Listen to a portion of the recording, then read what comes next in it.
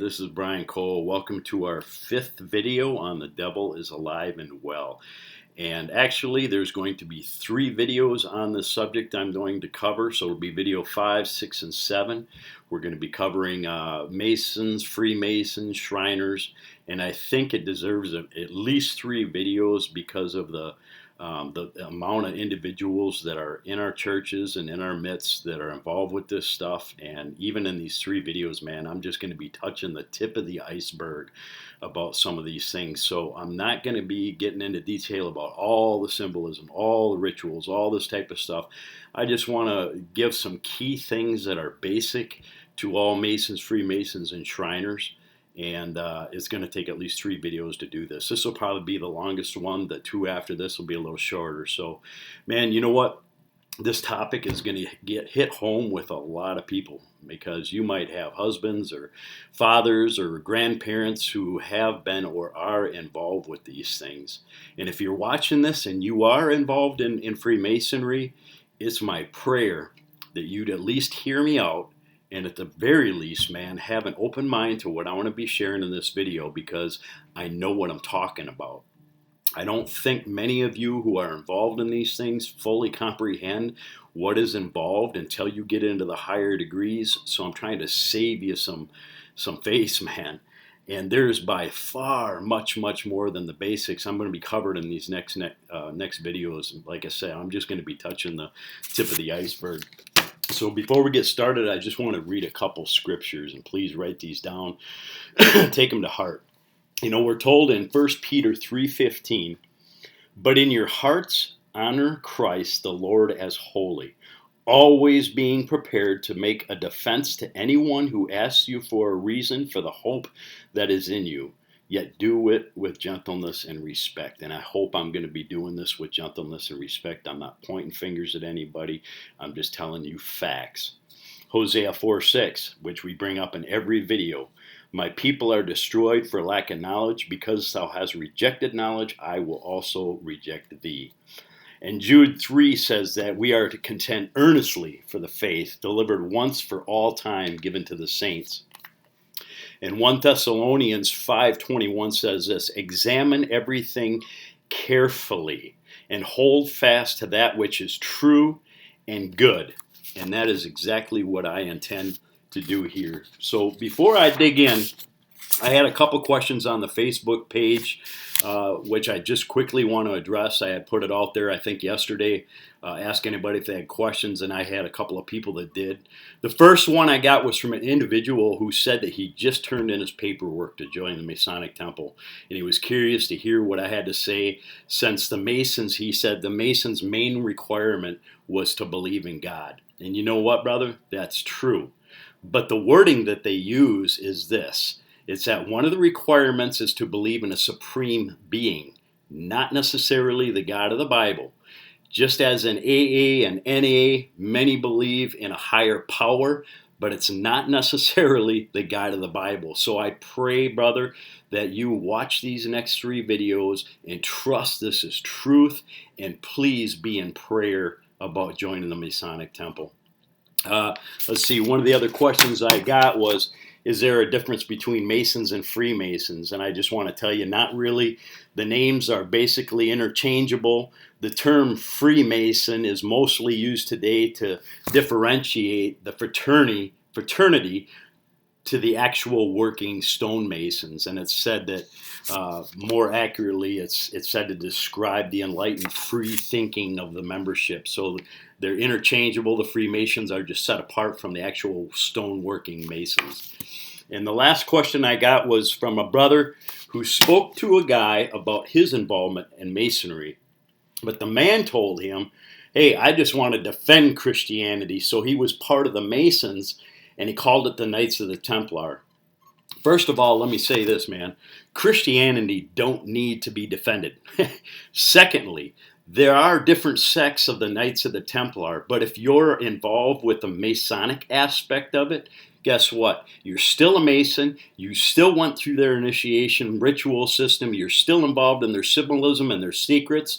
There are sects out there, the Knights of the Templar, which are not connected with the Freemasons that you can get involved with. Not that I agree with all or most of them, but the fact is, if you're involved with the Masonic Temple, you are involved with their symbolism and rituals.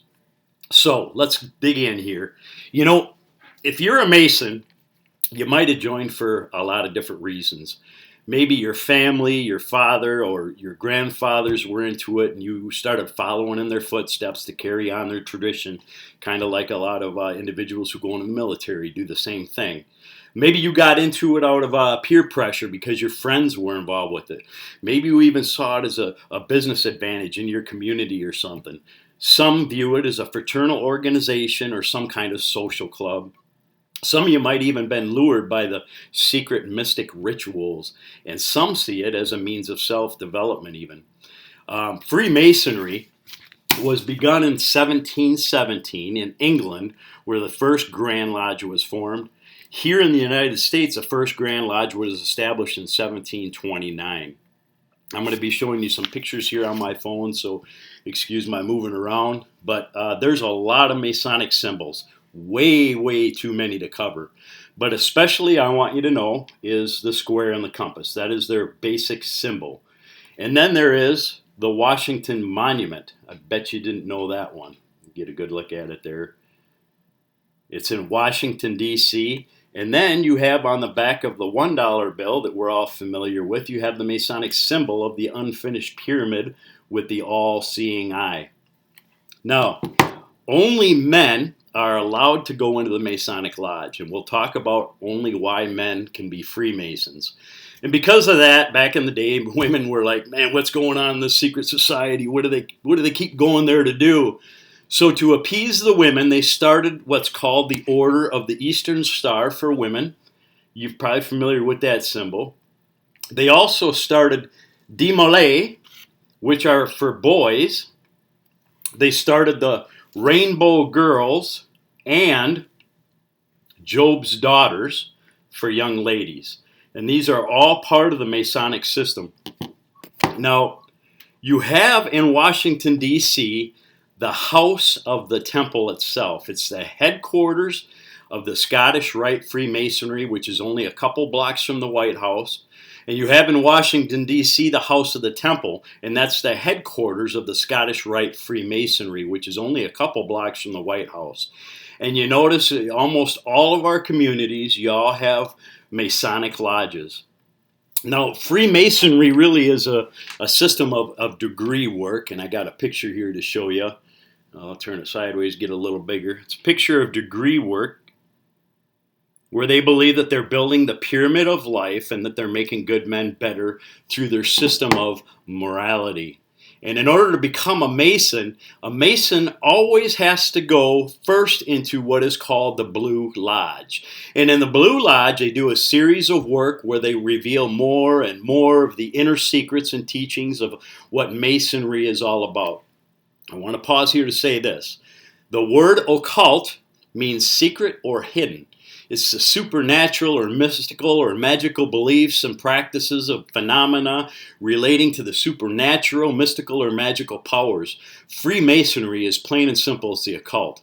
All their teachings, all their rituals, all their handshakes or signs or symbols and words are all secret. And they're only revealed to initiates as they work their way up the degree system. So in that they're a secret society, a secret order, and they keep secrets, that alone makes them the part of the occult. And let me say this, it's no different. The Masonic Temple, their initiation process is no different than the initiation systems in the Golden Dawn, the Ordo Templi Orientis, and other secret societies. Now, the first time you go to a Masonic Lodge, you go into what's called the apprentice degree. The second degree is called the Fellowcraft degree, and then you have the Master Mason degree. And many Masons stop at this point. They don't make it above the third degree, but then you're able to go into the Scottish Rite with its 32 degrees, the 33rd being just an honorary degree, or you can go into the York Rite with its 13 degrees. A lot of people go into both of them. And once you achieve the highest degree of the Scottish or York Rite, you are then able to go into the shrine and become a Shriner. And that's known as the ancient and Arabic order of nobles, or the mystic shrine. I'll show you a picture of that. That's their symbol. You probably see it on their hats, and we'll get into the fez later. And that's where you get your fez with the Islamic sword and crescent on it. We'll talk more about that in the next to last video, so the second video from this, 5, 6, and the 7th video. But in order to become a Mason, first of all, you have to be invited by another Mason into the Blue Lodge. Freemasonry has a lot of characteristics of the secret societies, and that's for a very good reason. You have to take an oath of secrecy that imposes death on anyone who betrays it. It's got secret passwords and handshakes that you're taught in the lodge rituals that relay the mystical history of its origin, and then you have to go through a mind ordeal of death and rebirth. I went through the exact same thing in my first degree initiation in the Ordo Templi Orientis. No one in the Freemasons can become a member unless they're sponsored by somebody who is also a Mason. However, I've seen and heard in the last 10 years or so that because of their decline in numbers, you could have seen ads in the newspaper inviting men to join, and that was totally unheard of just a few years ago. Now, Freemasonry, in its own words, is a peculiar system of morality veiled in allegory and illustrated in symbols. And a lot of these symbols are taken from the stonemasons, and they play a vital part in Masonic rituals and teachings. So to be initiated into the Masonic Lodge, how does one join? Might be your question. Well, the first thing that's required is for every man to go through an initiation ceremony. And if you're a Mason, you know you've gone through this. It's a universal ritual. And the first thing that happens is the candidate gets blindfolded. His left trouser leg is pulled up above the knee, and he has a noose put around his neck. You're then brought by the doorkeeper to the threshold of the lodge, and there the inner guard will put the point of a dagger or a sword to your chest, your bare chest. Oh, it brings back a lot of memories because I went through this, man. But the first thing that happens is the candidate is first blindfolded. His left trouser leg is pulled up above the knee. They put a noose around his neck. And then you're brought by the doorkeeper to the threshold where they put that point of a dagger or sword to your bare chest. And then you're led into the lodge where there's an altar set up. And you are to bow before that altar. And behind that altar is a man who they call the worshipful master of the lodge that you're involved with. Now, the worshipful master is the chief master of whatever lodge it is in any order. But no matter what, you are initiated. And remember, there's a lot of men sitting in our churches, including elders and pastors, who've been through this initiation, where they bow blindfolded before a man at an altar who they call the worshipful master. And then as they're kneeling, they're required to take a series of pagan blood oaths in order to join the lodge. In order to enter the very first degree, and if you're a Mason, again, you know you've done this, but they put their thumb to their throat and they'll swear a blood oath, which includes the following words: binding myself under no less a penalty of having my throat cut across, my tongue torn out from its roots, and buried in the rough sands of the sea. In the second degree, you have to have a pagan blood oath that includes the following words: binding myself under no less a penalty than that of having my left breast torn open, my heart plucked out, and given as prey to the wild beasts of the field and the fowls of the air. Then, when you achieve the third degree, in order to become a Master Mason, you got to take this following oath: binding myself under no less a penalty than that of having my body severed in twain, my bowels taken from these burned in ashes, and that no more trace or remembrance may be had of so vile and perjured wretch as I. And there ain't a man alive who's a Mason who cannot say this is true. You all went through it, and you know it. You know, some Masons who are Christians claim that there's nothing wrong with being in a Masonic lodge, Or they minimize it by saying they're only in the Blue Lodge and they're not involved with the higher degrees and they don't know about all that pagan stuff. And for any man who thinks that you're a Christian and there's nothing wrong with being in the Blue Lodge, I say this to you. How can any Christian, in the very first initiation, how can you bow before a man at an altar and call him a worshipful master? Let me tell you something. Jesus said in Matthew 6:24, you cannot serve two masters. You can't claim to be a Christian and bow before a man and call him a worshipful master. Secondly, how can any Christian put a blindfold on themselves, be brought before an altar, bow at an altar before a man called the worshipful master, and then you're required to say, I'm lost in darkness and I need the light of Freemasonry? Let me read you another verse. 1 John 1:6 says this, if we say we have fellowship with Christ and yet walk in darkness, we lie and do not practice truth. The Bible says you are living a lie and the truth is not in you. Thirdly, you have to ask this. How can any Christian bow at an altar, take a pagan blood oath to have your throat cut from ear to ear, your bowels ripped open, and given to the beasts of the field when Jesus said this in Matthew 5:34? I say to you, make no oath at all, either by heaven or earth. Let me get my Bible verses here. And then James 5:12 says this, but above all, brethren, do not swear, either by heaven or by earth or with any other oath, let your yes be yes and your no be no, that you may not fall under judgment. And also in 1 Corinthians 3:16 through 17 says this, do you not know that you are a temple of God and that the Spirit of God dwells in you? If any man destroys the temple of God, God will destroy him, for the temple of God is holy. But we ain't done yet, because after you go through these pagan rituals of initiation, then you're given this. You're given the white lambskin apron. And every Mason has this apron. And every time a Mason goes into the lodge, they put on this apron, and we'll talk about why every Mason is required to wear this in a couple of minutes. So, what are the secrets that even you low-level Masons are sworn to keep secret? There's a Masonic scholar out there named Roland C. Blackmer.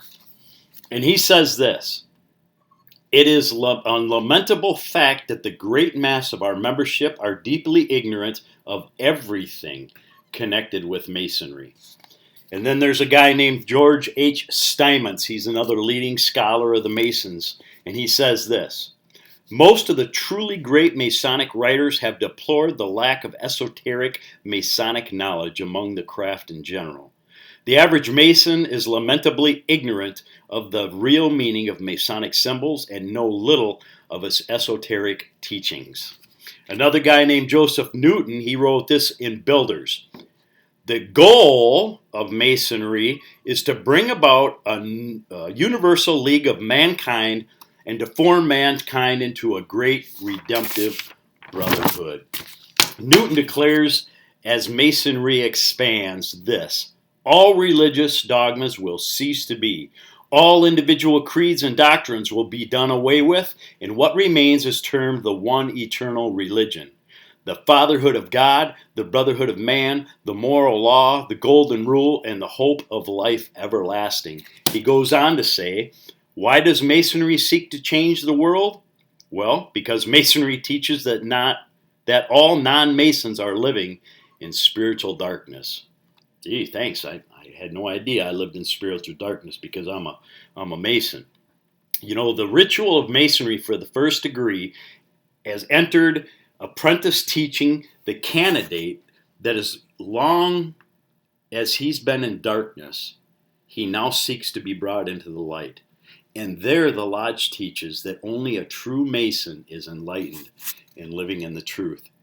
So, what are the secrets that they're sworn to secrecy about, besides the handshakes and the symbols they wear on their rings and so forth? Many secrets, even most of the low-level Masons don't even understand. So, if you are in the Blue Lodge, listen to me. And let me quote from their leading authority. His name is Albert Pike. And if you're a Mason, you know who Albert Pike is from his book, Morals and Dogma. And most of the people involved with Freemasonry, they consider this the Bible of Freemasonry. Matter of fact, he's so revered as the father of Masonry that he's the only man who's buried in the Masonic Temple in Washington, D.C. The recent past Grand Commander's name was C. Fred Kleindeck, says this: Albert Pike remains today an inspiration for Masons everywhere. His great book, Morals and Doctrines, endures as the most complete exposition of Masonic philosophy. But what he says in his book, Morals and Philosophy, is this: every Masonic lodge is a temple of religion. Masonry is a worship. Masonry is the universal religion in the heart of universal humanity. The ministers of this religion are all Masons. Its sacrifices to God are good works. So here's what you got to do. Here's the sacrifices. Good works and perpetual efforts to attain to all the moral perfection of which man is capable. So what is this religion that the Masons claim to be ministers of? Well, Masonry teaches universalism. And Albert Pike states this: Masonry, around whose altars the Christian, the Hebrew, the Muslim, the Hindu Brahmin, the followers of Confucius and Zoroaster can assemble as brethren and unite in prayer. Masonry is the universal religion in the heart of universal humanity. Wow. So, what is the universal religion that Masonry claims to be the custodian of? Because Masons, or the Masonry, claims that they are the revival of the ancient mystic religions of Egypt, of Baalbek, of Persia, of Greece, and that the secret ancient mystery religions have been revived in the Masonic lodges. But what are these ancient mysteries that Masons claim to have? Albert Pike says this: the powers revered in the mysteries were all in reality nature gods. The mysteries taught the doctrine of divine oneness. Masonry, successor of all the mysteries, still follows the ancient manner of teaching. Masonry is identical to the ancient mysteries. But what were the ancient mysteries that were taught in Babylon, Egypt, Persia, and Baalbek? Albert Pike explains that too. He says every Masonic lodge represents the universe. In it are represented the sun, moon, and stars. 3 great torches in the east, west, and south, forming a triangle, give it light. These great lights also represent the great mystery of the 3 principles of creation, destruction, and reproduction or regeneration. Pike goes on to talk about the symbols, and he says this: that Osiris and Isis, where the sun and moon, is attested by many ancient writers. The sun was termed the eye of the world and is the all-seeing eye in our lodges. In every lodge you go into, you see the all-seeing eye, the radiant sun. You see it on the back of our $1 bill, and that was the image that was put there by Alexander Hamilton, the very first treasurer who was a Mason representing the Masonic Lodge.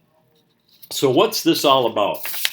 Well, he goes on to describe what this religion is that the Freemasons follow. Pike says this: the sun and moon are symbolized in every lodge. The sun and moon represent the 2 grand principles of all generation, the active and the passive, the male and the female. These 2 divinities, the active and the passive, were commonly symbolized by the generative parts of man and woman, the male and female sex organs. The Masonic point within the circle expresses the union of 2 great causes of nature. You know, the ancient religion, or mystery religions, were based upon the teachings of fertility cults. The fertility cults of Baalbek, of Baal, of Osiris, and Isis.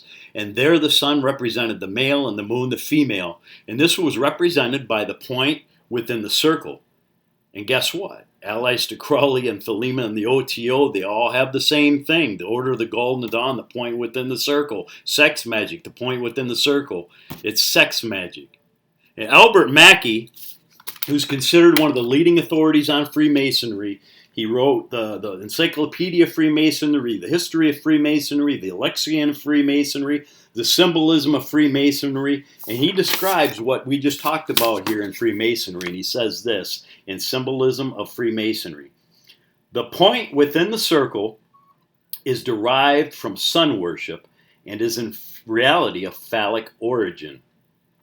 The point within a circle is a beautiful allusion to the old sun worship known among the ancients as the worship of the phallus, or the penis. The phallus, the male generative organ, was represented by a column which was surmounted by a circle at its base, intended for the vagina or female generative organ.